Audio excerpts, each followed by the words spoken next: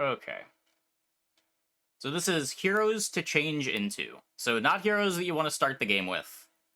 What heroes do you want on like 6.1, 6.2 after you've got a couple treasures, you've got the start of a comp established? Which are the ones that you're most scared for an opponent to turn into is probably the best way to think about this. Because, like, not every time one of the good ones is offered, you're going to be able to take it. Like, if it's 6.0, you have no treasures, you need tempo, you probably can't take Aladdin, despite Aladdin being completely game-breakingly busted when you get him in the right spot. Yeah, I think Aladdin's actually the best one to turn into in a good spot. There's others that give some utility, but Aladdin's the one that most busts the game open by getting, like, double drum or double drum or double drum. Sinbad's nuttier, higher highs. If you're set up for Sinbad, yeah. I think it's a lot harder to be set up for a Sinbad than it is to be set up for an Aladdin, but I guess if we're considering it, I think Aladdin's on average going to be higher impact than getting a Sinbad late. But technically the high highs of Sinbad are higher than the high highs of Aladdin. Tripling 3 level 6s is pretty bonkers if you're in that spot. We have another hero that does something here, an amateur. If you're in mages, it can be nice to get like a free level 4 treasure. I find you often end up taking amateur just because the other 3 heroes that you're offered don't do anything. I'm not really that scared when my opponent takes an amateur, but it's above average for sure. Ares does nothing. Artemis.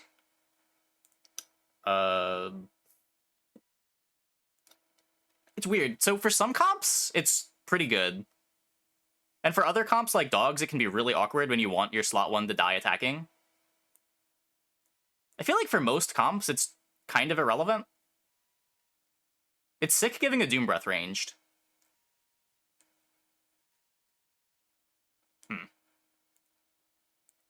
If we're going by what these say on the sides, it's probably like good but hard to play. I don't really know why we would go by this though. Broken when good. Usually good. Broken when good. Rarely good. Good, but situational? Maybe that means this goes here. Above average. There we go. Might as well just skip. I think Sinbad still goes up here. Yeah, good but not bad. Bearskin's usually pretty useless. By the time you're swapping heroes, the stats don't matter. This is going to be a pretty common trend. There's a bunch of these heroes that just don't do anything. Why are there 2 Dame Gothels? Either here or here. The only comp that I want Dame Gothel late is Cats. I'll throw both here. How often do you have a Gothel board without having played Gothel? It's not that rare to have some Deuces lying around, but it's just how do you take that and turn it into something that can win late? If you're already in Cats, the Gothel swap is probably okay if you're not leaning on your hero power. I guess that puts it here. There's just so many boards that the Gothel griefs late game. I feel like you can only take this if you're in Cats or maybe Stars.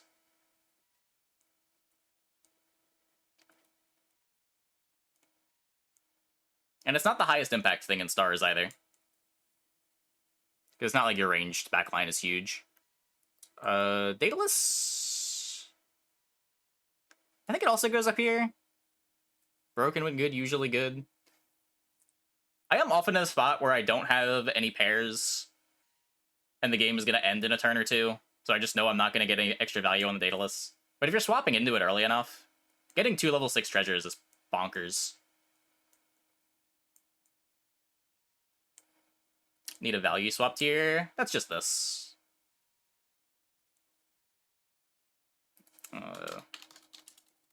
There. Above average. Usually not a skip. There we go. Dio... I mean, if you believe in miracles...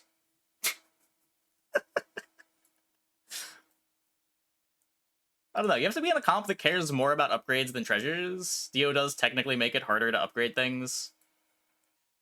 I've never swapped into Dio. I don't think I've ever seen a swap into Dio work. And in the games that I've played Dio, he is usually most impactful on levels 2 and 3. So, probably don't want to be Dio. Fafnir's awful. Fisher King's not even situational. He's just very good and always good. Like, you can't go wrong with Fisher King. He doesn't break the game open like Aladdin. He's not going and making your ceiling a lot higher. But just turboing out an extra level 6 treasure is such a big deal. If you've already got the treasures, it's not that important. Aladdin puts you over the top. Fisher King gets your comp together. Kind of do different things, but... yeah, definitely one of the best ones to swap into. Unfortunately, you never get to swap into it, because every lobby has a Fisher King. Fortuna. This one does something. It gives you 2 gold. I don't think I'd ever skip Fortuna. It's not as exciting as you'd think. Like, even on 6.0, getting 2 random 6s is often not going to improve your board, but... I mean, 2 gold's better than skipping.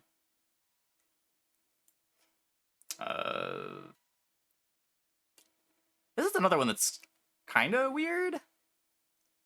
I don't know if I'd say that it's rarely good. You do need time to make it work.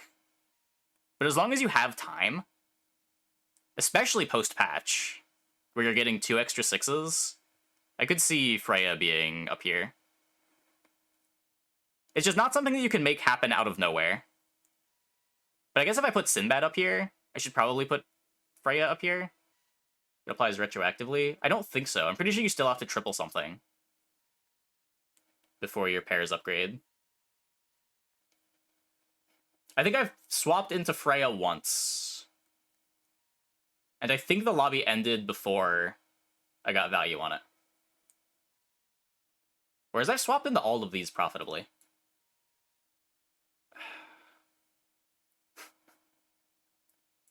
I don't know. For consistency's sake, I guess put it up here. Because, like, if this is up here, then, like, Aladdin should probably be down here, too. And, like, maybe Sinbad, too. Like, this is the only one that's always good. Even though these all have higher ceilings. Or busted ceiling. There we go. Guanyin. The fact that this takes 3 turns before it does anything is really rough. It is cool being able to print level 5 treasures, but a lot of the time, by the time you're playing the hero change spell, there are not that many turns left in the lobby. And is it really that exciting to grab a tier 5 treasure the turn before the game ends? I've skipped a lot of these. Which I guess good but situational. Definitely not might as well just skip. Definitely situations where you can afford to take this, and spiking a shard of Excalibur could be a big deal, or finding an Ambrosia could be a big deal. I had some pretty sick games for Herc. I had a game yesterday where I was at 4 life and dreamed into Herc. And then doubled my board twice. I don't know how broken that is, though. It's just...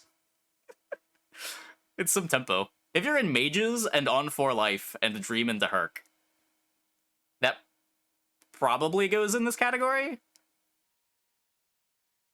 But I mean, for most comps, if you're not getting the double-double... like, so few comps scale off of permanent stats. So even in the spots where you're getting the double-double, if it's late enough, it's not that big of a deal. But yeah, it has the situations where it's a high roll, but meh. Lamau.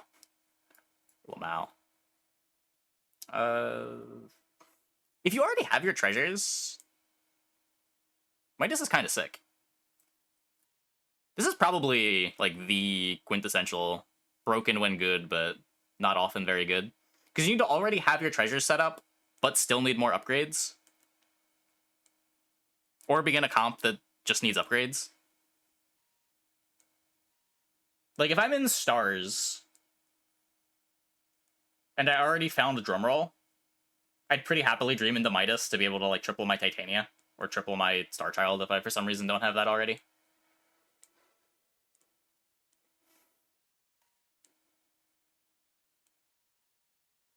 Not as good as Sundiata, who is not on this list, but would probably go up here. Peter Pan Retroactive? No. Leprechaun... Match Girls... Fine. This hero is most exciting on the earlier levels, where you can, like, dig for your demon deals. Guarantee that you're getting out of level 2 with a bunch of extra gold. On 6, it does kind of let you dig a little bit deeper. If your hero is not currently doing anything, it's better than taking nothing, but you're not very happy about it. I think I've dreamed into Little Match Girl twice, and I've gotten like 2 or 3 extra rolls worth of value total, which is better than 0.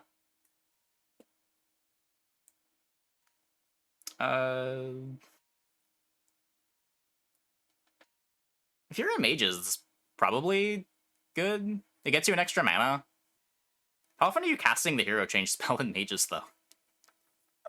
I guess that's the other thing. It'd have to be, like, late in the turn when you're on your last couple mana, or your last couple gold. If you're playing this on 6, you're not getting XP out of it. Maybe good with Situational. Probably good with Situational.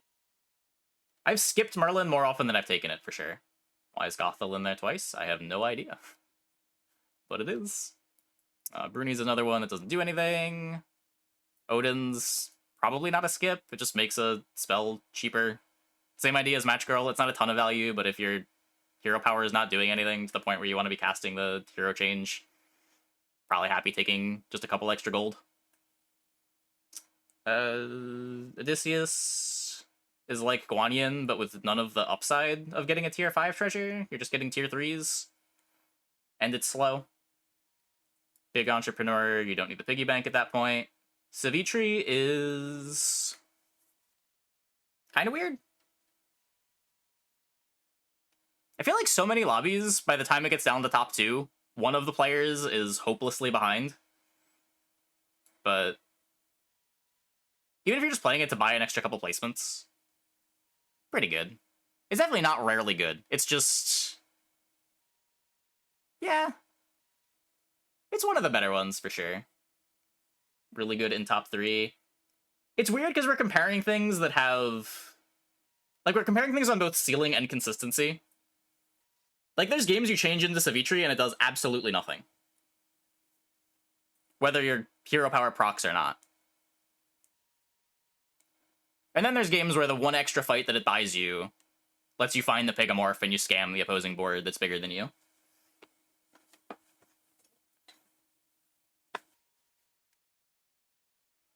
It's definitely better than above average. It's anti-scam safety. Yeah, it's also that. The other way around. Either scam or anti-scam. Simply skip. This is... so I didn't know until a couple days ago that if you spend all your gold, the spell in the shop currently gets spell reducted, or cost reducted. So on 6, you can manipulate it to get free ascendances pretty easily, but you still have to find the ascendances. I think it's in the same boat as Odin, where it could get you a little bit of extra value, but probably not the most exciting thing.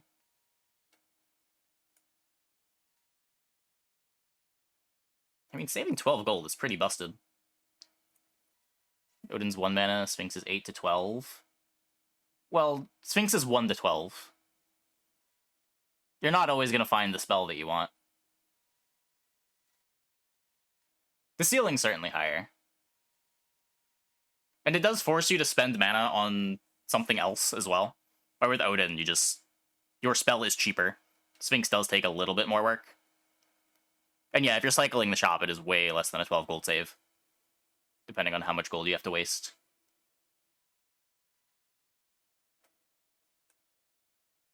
I mean, I'm putting the other stat heroes here. I probably have to put this one here too. This one just like does something if you're on a board that is already 6 units though. I guess you could say the same thing about these, but this is what, like 5/5 on level 6? That's not nothing. Yeah, it just works on crew member boards. And crew member boards are gonna sort of care about that. Extra 5/5 on the cat board isn't great, but certainly higher impact than these two are. Yeah, sure. Good, but situational. Tinkerbell goes in one of these two spots. I haven't really been in a spot where I've wanted to take Tinkerbell, but it reducing the 12 cost items is pretty sick. They go to what? 7 gold? It's like pretty close to the same rate as just buying another copy of the level 6 unit that you want to double the ability of. And if you're putting on an upgraded unit, it's even better. This probably saves you more gold than Odin if you're a comp that cares about getting the double items, which is probably most comps. It's not really broken. Or just consistently kinda good. Okay, there we go. We have solved the puzzle by renaming the tier again. Toy Dino, skip. Treasure Hamster is weird. By the time you're skipping in... Yeah, this is the dream tier list.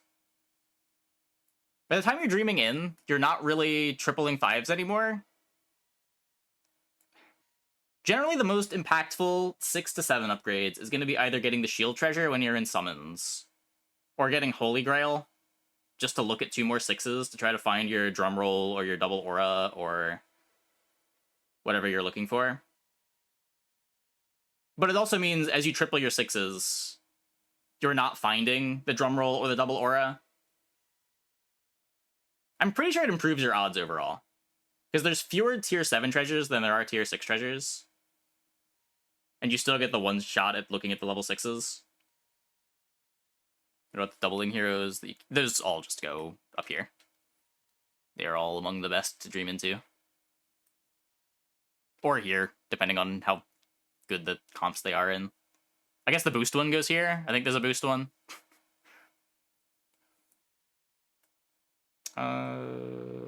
Trophy Hunter. Good, but situational. If you're in Slay, I guess it's better than not having it. The way that it works is it still upgrades the first Slay triggers, right? So if you have 2 Slay items on your slot 1, all of your Trophy Hunter charges get used on that slot 1. Is that still how it works?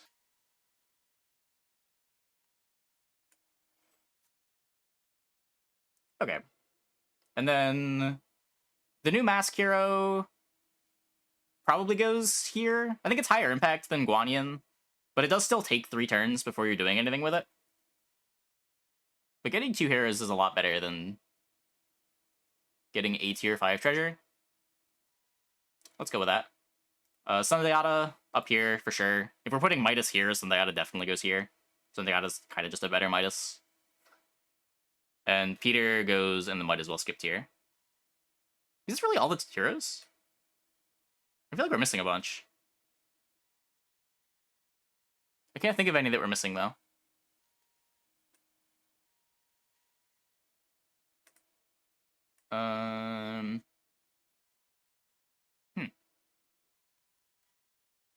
Yeah, I guess that's everything. Gothel, we got Gothel twice. Can we remove this pair? Oh. Nope, we cannot. Yeah, we can do this, though. We can bookend it with Gothels. Let me